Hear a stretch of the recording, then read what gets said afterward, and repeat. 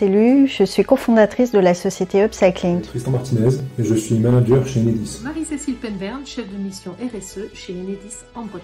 Pascal Descamps, ingénieur Enedis en mécénat de compétences de Gallet, et je travaille à la direction des affaires publiques d'EDF. Éric Nézet, je suis directeur général d'une société d'économie mixte en charge du développement des énergies renouvelables. Olivier Faure, je travaille chez Enedis au sein de la délégation Lorraine-Champagne-Ardenne et je suis responsable des finances, donc contrôle-gestion. Jean-Pierre Cerdan, quelques dizaines d'années à EDF, à la direction des études et recherches notamment.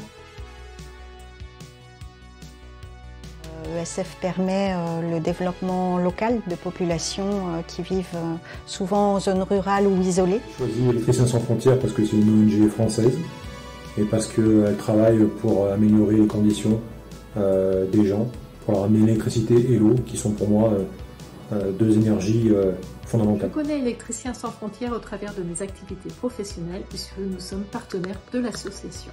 Je suis investi pour Électriciens sans frontières parce que je voulais pouvoir utiliser mes connaissances acquises dans le monde professionnel, dans le monde associatif. Je m'intéressais aux actions de solidarité qui pouvaient être menées dans le secteur de l'énergie et que c'était pour moi l'occasion de découvrir ce qui se faisait à l'international, en particulier dans les pays en développement. Je suis bénévole de la délégation Normandie et je suis trésorière. Je suis membre actif.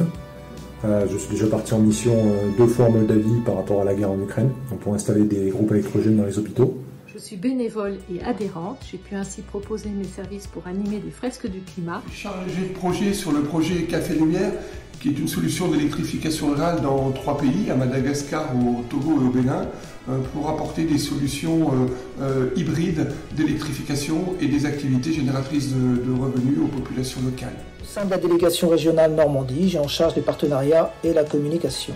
Au sein de la délégation Lorraine-Champagne-Ardenne d'Électriciens sans frontières, je suis le trésorier de la délégation régionale. J'ai tout d'abord été délégué général pendant 4 ans, donc j'avais en charge l'animation de l'équipe de salariés de l'association. Puis je suis devenu adhérent à la délégation Bretagne et membre du conseil d'administration. Je suis secrétaire général, je suis en charge de l'animation des activités opérationnelles, c'est-à-dire des projets de développement. Et à ce titre, j'anime la commission des projets et puis également l'organisation des actions d'urgence et post-urgence, ainsi que des missions d'expertise qui sont...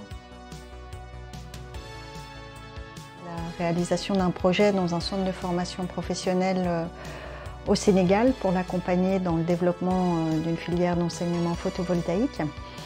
Et le plaisir de voir que désormais, c'est plusieurs dizaines de jeunes de 15 à 23 ans qui peuvent bénéficier d'une formation et d'équipements pédagogiques de qualité pour apprendre le métier d'installateur de panneaux photovoltaïques. Une expérience que j'ai vécue avec ESF qui était assez impressionnante pour moi, c'était de rentrer dans un camp de réfugiés ukrainiens en Moldavie, à Chisinau.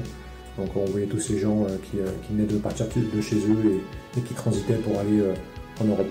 C'était un moment assez fort. En 2023, j'ai pu participer à une mission solidaire au Sénégal pour électrifier les écoles de 2 villages et aussi remettre aux élèves des lampes solaires photovoltaïques. Une mission assez extraordinaire, humainement. Mon expérience la plus marquante, c'était en octobre 2022, lorsque je suis allé faire une mission d'études préalables dans le Macaï à Madagascar, où je me suis rendu compte de la pauvreté des populations quand il s'agissait pour les populations d'aller creuser des trous de 5 mètres dans le lit de la rivière à la fin de la saison sèche pour pouvoir récupérer de l'eau. C'est là que je me suis rendu compte de l'importance de nos actions. Je retiens notamment la participation à la COP25 à Madrid, durant laquelle nous avions représenté l'association pour la remise d'un prix au titre de nos actions dominiques.